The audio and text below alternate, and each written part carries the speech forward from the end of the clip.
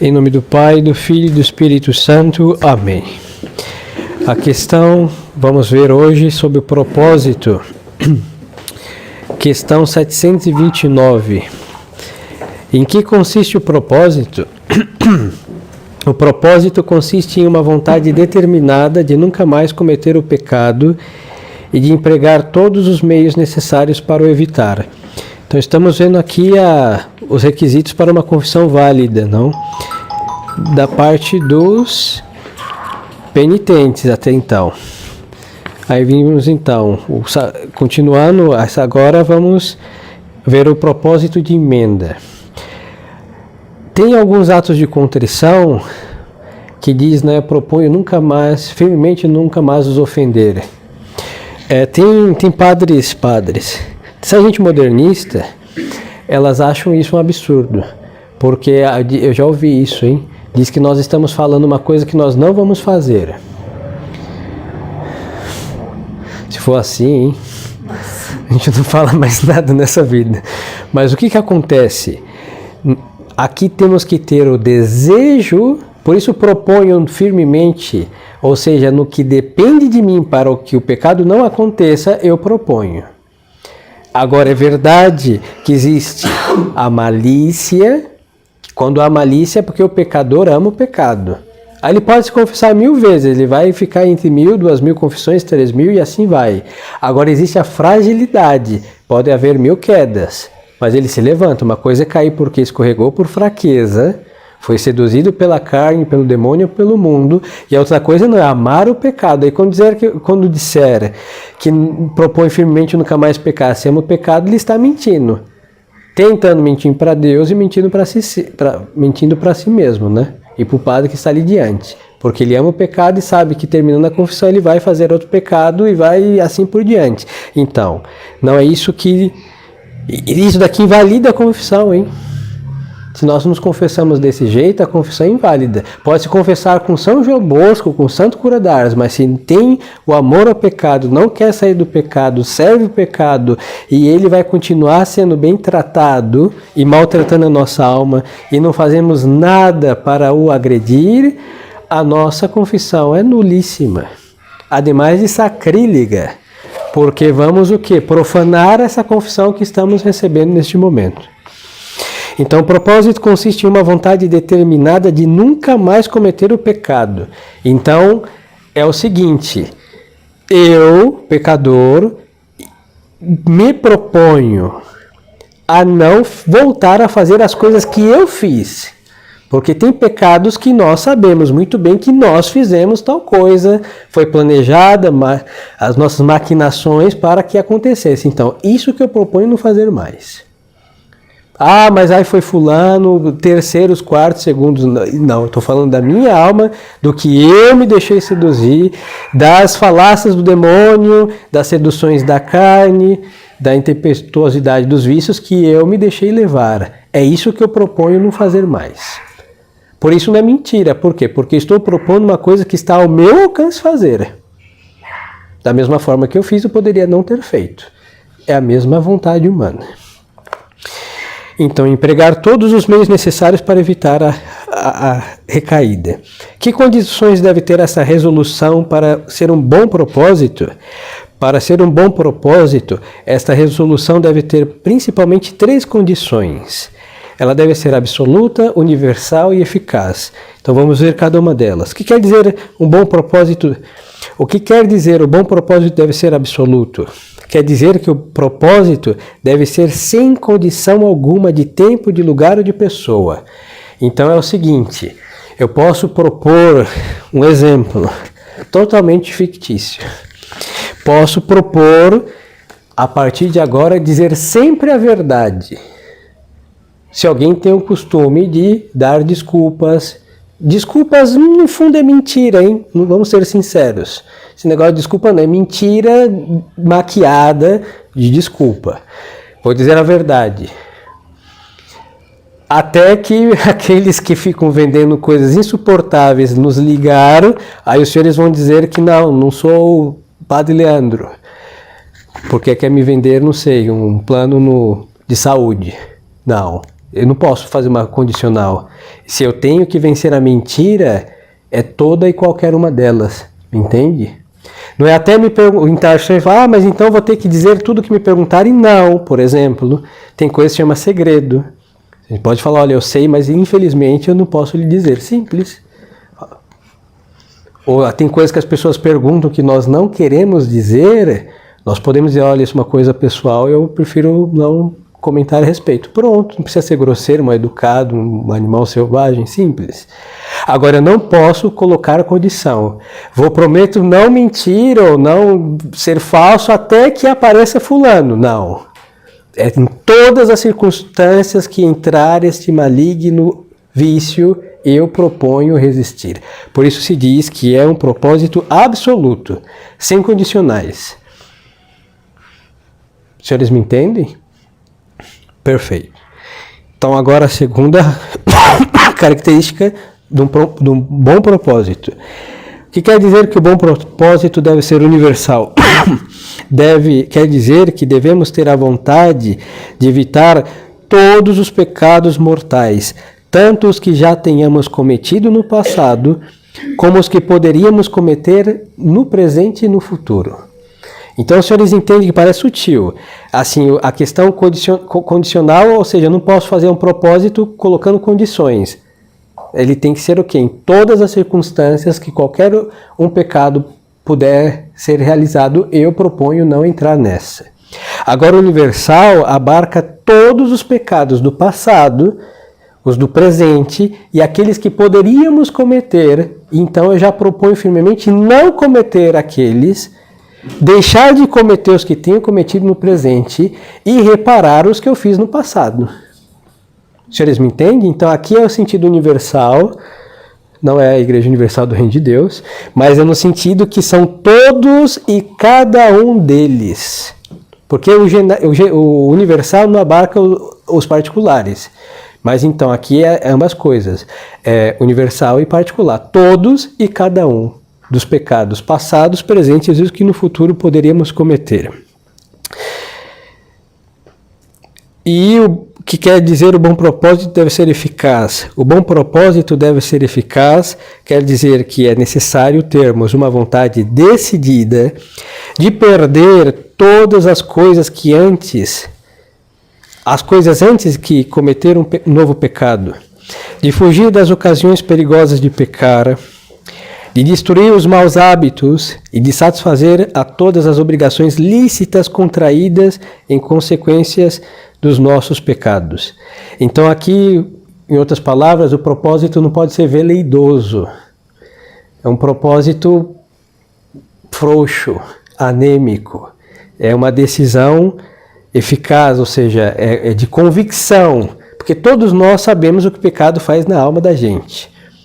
Ninguém pode falar, Senhor, eu fui enganado pelo mundo, pelo demônio, pelo pecado. Foi porque quis e estava prazeroso no seu ledo engano. Mas já sabemos disso. Então, eu me proponho com toda a minha vontade já judiada, calcada, devastada pelo pecado, eu proponho não deixar isso acontecer de novo. Então, eu tenho uma questão que é uma coisa decidida. Não é assim, talvez... Não, sem veleidade. Tem que ser uma convicção da vontade que prontamente está decidida a não fazer certas coisas. E aqui entra outra coisa. Como o ato do propósito é um ato da vontade, quando ele é eficaz... E quando é necessário, ele se exterioriza. Então, por exemplo, uma pessoa que está decidida a não roubar mais. Aí, a questão do roubo é complicado, hein? Por quê? Porque se ela roubou, para ser perdoada por Deus, ela tem que restituir. Aí o que acontece? Mais aquele dinheiro que ela roubou, um exemplo fictício. Vou usar minha imaginação para os senhores não acharem que estou desenterrando. Eu esqueço, hein? Assim que, graças a Deus, não lembro de nem dos meus e nem dos pecados dos senhores.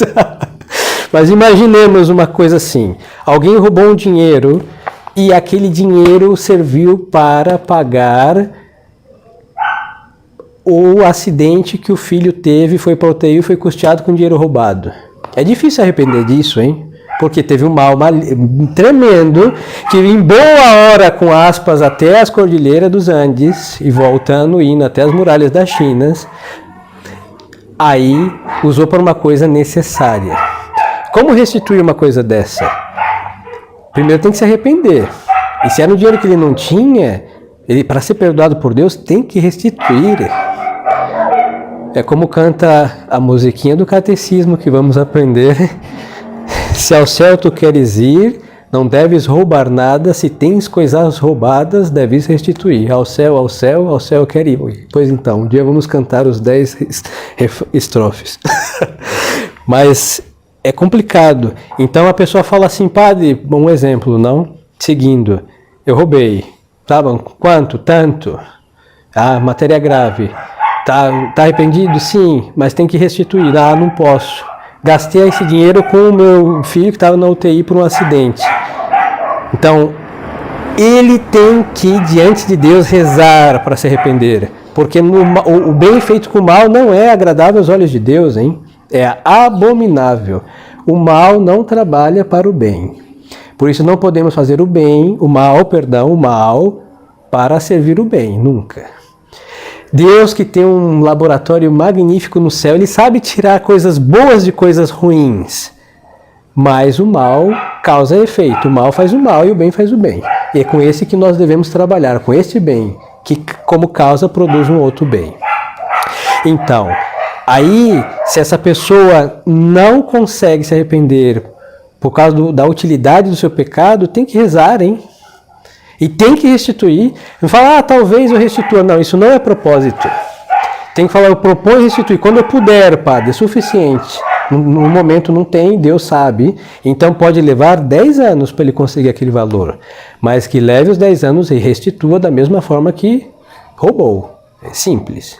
Mas vai chegar lá, não com... Olha, devolvo os seus 15 mil reais que eu tinha pego... Não. Sua fama, da mesma forma que roubou... Com todas as suas maniobras para isso, faça as mesmas para a restituição. Pois então, mas esse propósito tem que ser eficaz. Porque se não for eficaz, a sua confissão é inválida. E pode estar no confessionário do cura d'Ars, inválida. Porque são disposições do penitente, que ali está de joelhos, que ele deve ter. Aqui também perder amigos. Este é o grande drama da juventude que oscila entre Deus e o mundo. É verdade que todos os que vão ao pecado vão porque querem. As pessoas podem nos induzir, podem tentar nos seduzir, mas nós nos deixamos seduzir e nos deixamos induzir. Por isso é um pecado nosso. Sim, mas tem pessoas que por falta de muitas coisas... elas têm que dizer tchau para certas amizades, porque ou vão para o inferno com elas, ou vão para o céu sem elas. E tem que dizer tchau. Isso é muito ruim, é difícil. Às vezes é amigo da infância, amiga que está telefonando insistentemente. Durante o catecismo, a bola de cristal dela não está funcionando bem. Mas temos que dizer tchau. Até no telefone.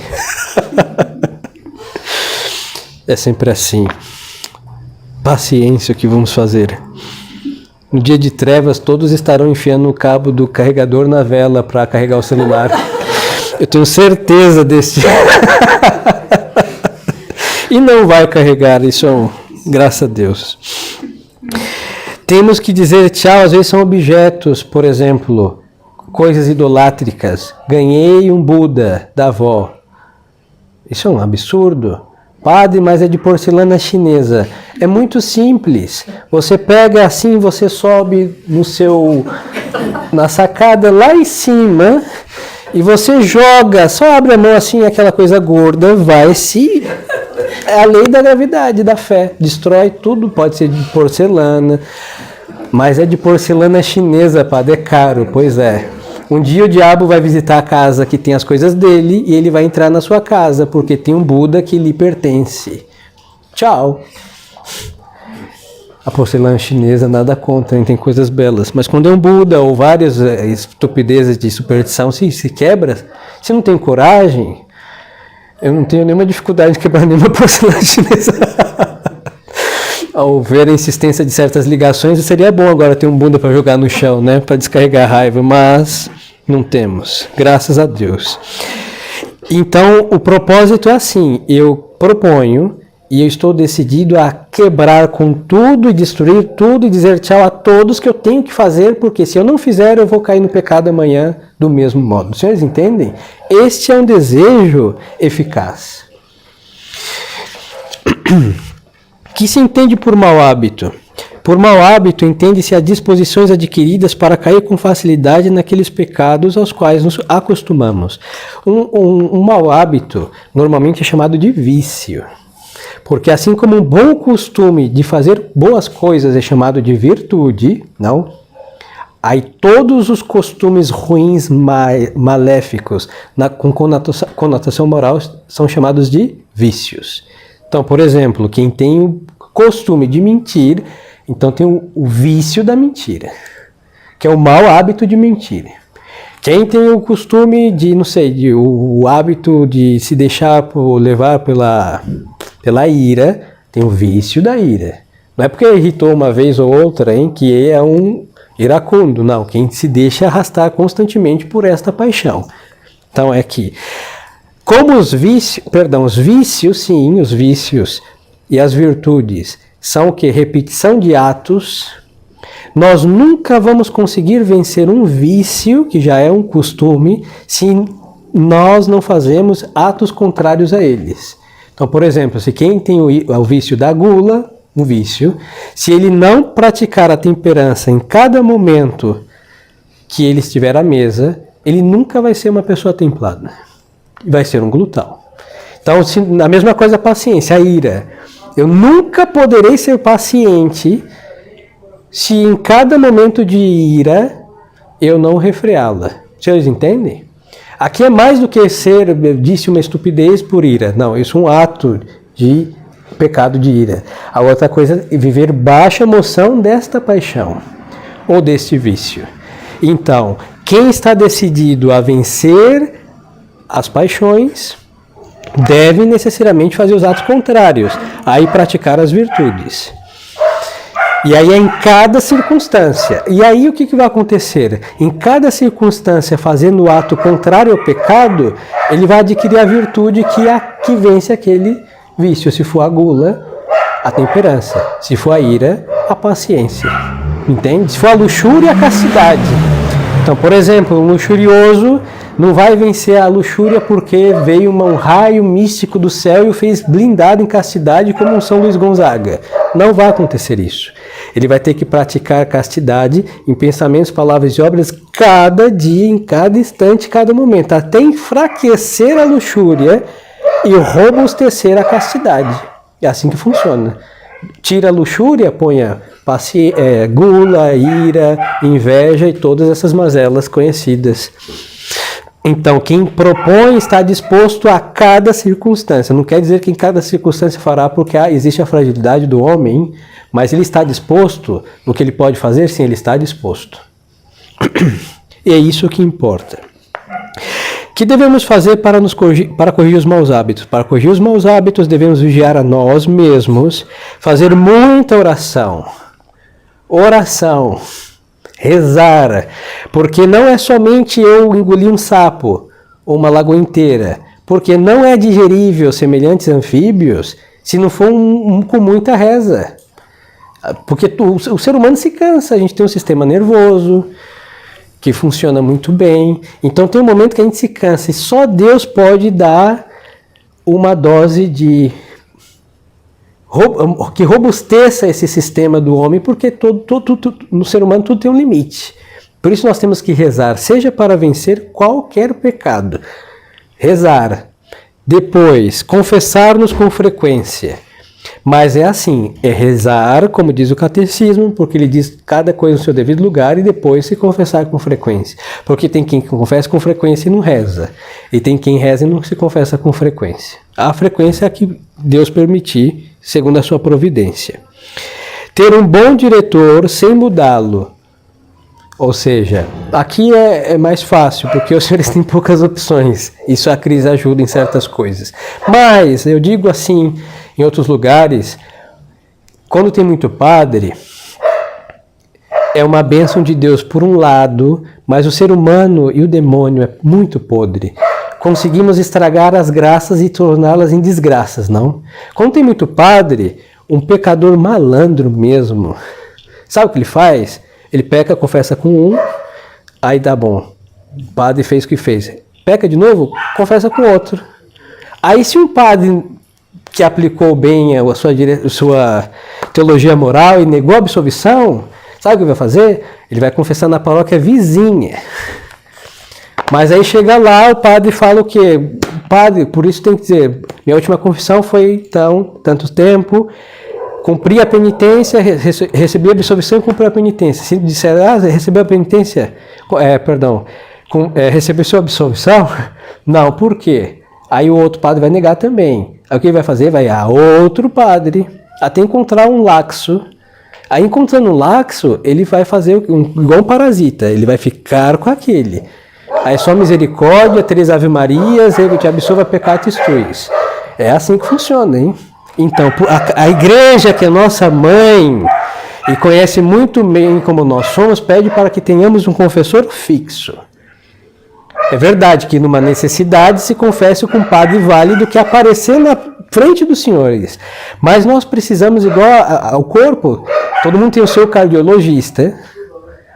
Quando somos crianças, a nossa mãe tem aquele pediatra que cuidou da gente desde o princípio. E assim a nossa alma precisa daquele confessor. Pode mudar, mas tem que ter uma razão séria.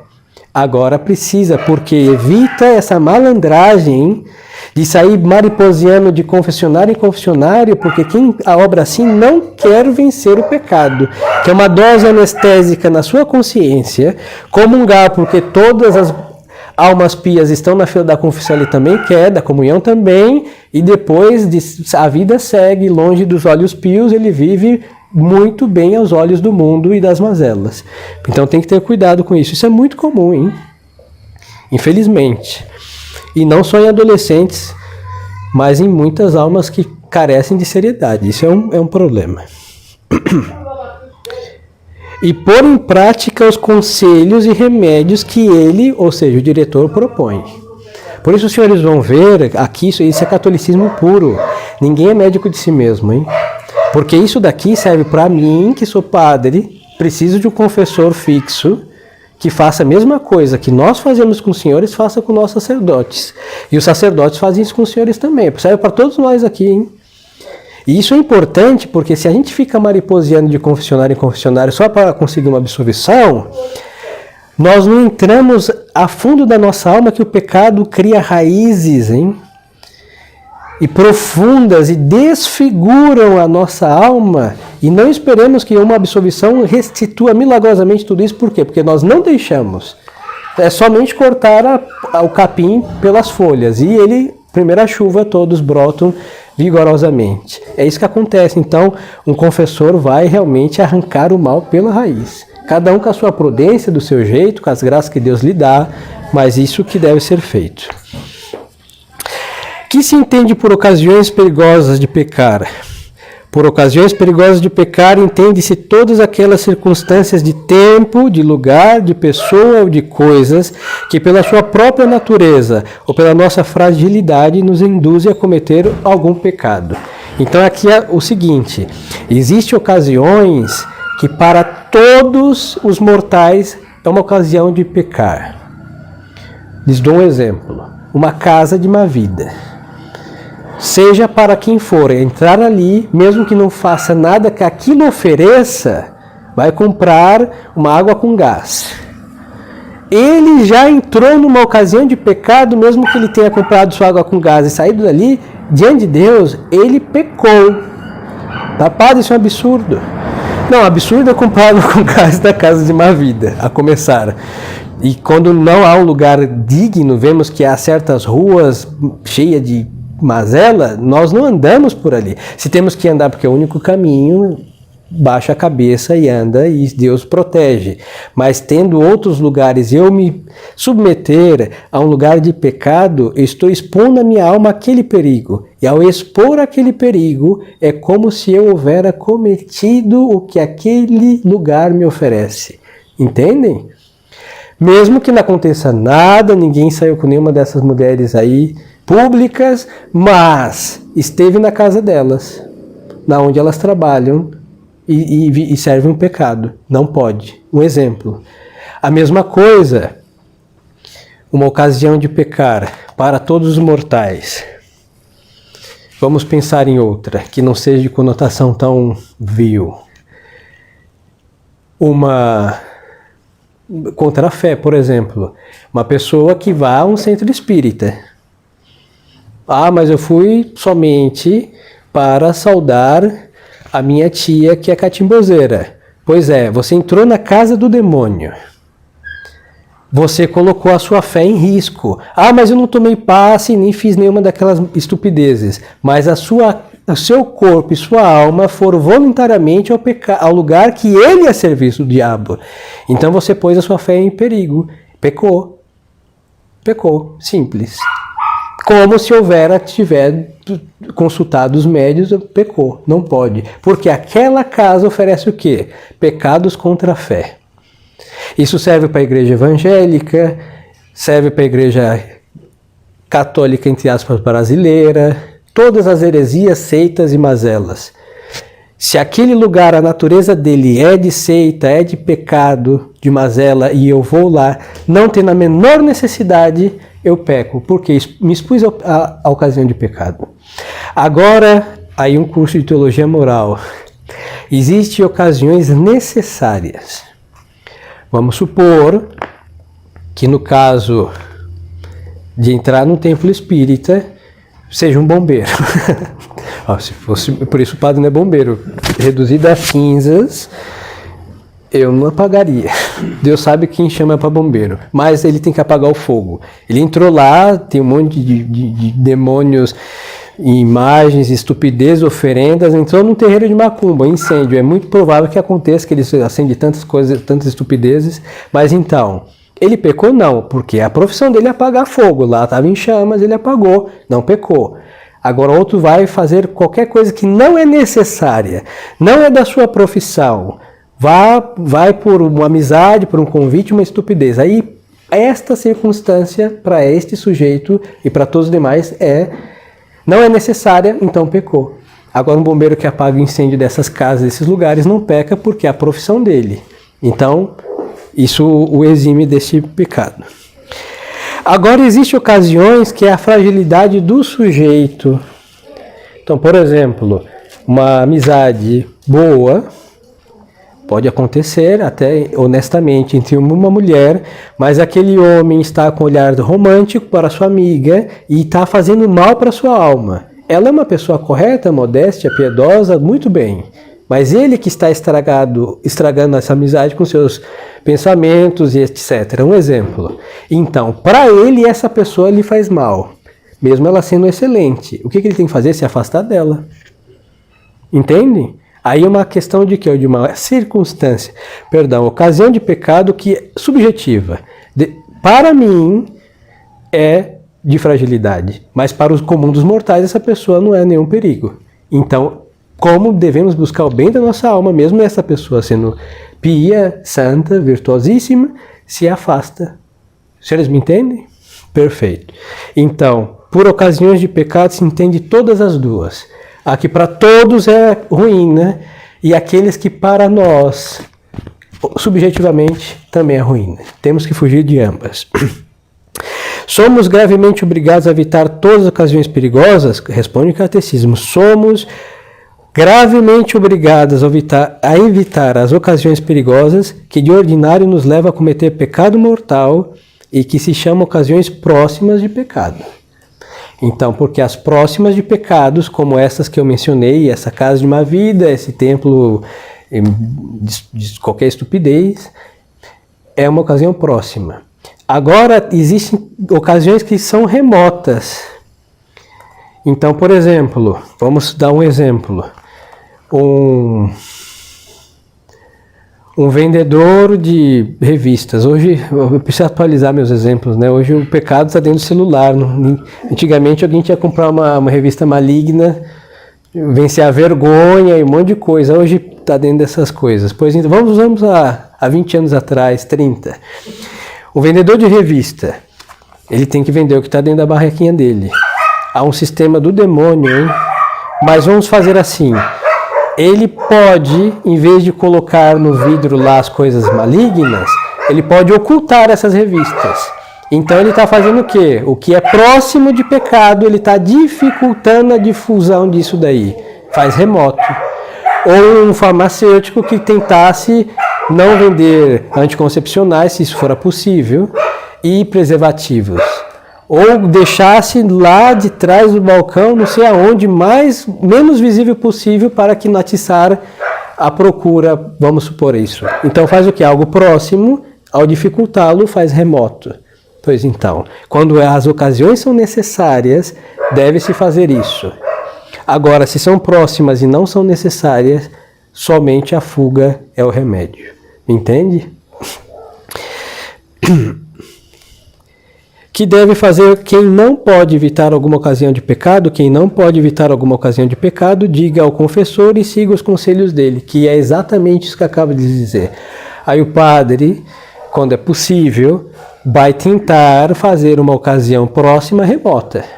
Aí cada ocasião tem suas artimanhas de fazer o pecado ser dificultado. É colocar um freio no que aquela ocasião impele, entende? Bom, aí o Divino Espírito Santo ilumina. Que considerações nos auxilia a fazer o propósito? Para fazermos o propósito, auxilia-nos as mesmas considerações que servem para excitar a dor, isto é, a consideração dos motivos que temos para temer a justiça de Deus e para amar a sua infinita bondade. É o seguinte, a infinita justiça de Deus, que nós sabemos, porque Ele disse que nós vamos render conta de tudo. E nosso Senhor disse até das nossas palavras ociosas. Não haverá conversa, sílaba e qualquer palavra que não vamos render contas a Deus. Tudo, pensamentos, desejos, tudo vamos render conta a Deus. Então, diante disso, nós sabemos que nós não podemos enganar a Deus. Mesmo que tentamos, é uma estupidez tremenda. Então, diante da justiça divina, a nossa alma fica escancarada, nua e com as suas chagas expostas para serem curadas por Deus. Então nós não tentamos camuflar, nos desculpar e toda essa estupidez, porque isso é caso psiquiátrico. Realmente é uma loucura do homem moderno. Não existe justificativa para o pecado. Temos que ser sinceros, ou foi a nossa malícia ou foi a nossa fragilidade. Foi a nossa malícia, vamos nos converter. Se foi a nossa fragilidade, vamos nos robustecer com a graça e com as virtudes. E simples assim, não existe outra coisa. Isso é muito importante. E depois, a bondade de Deus, porque nosso Senhor morreu na cruz não foi para a nossa condenação, foi para a nossa salvação.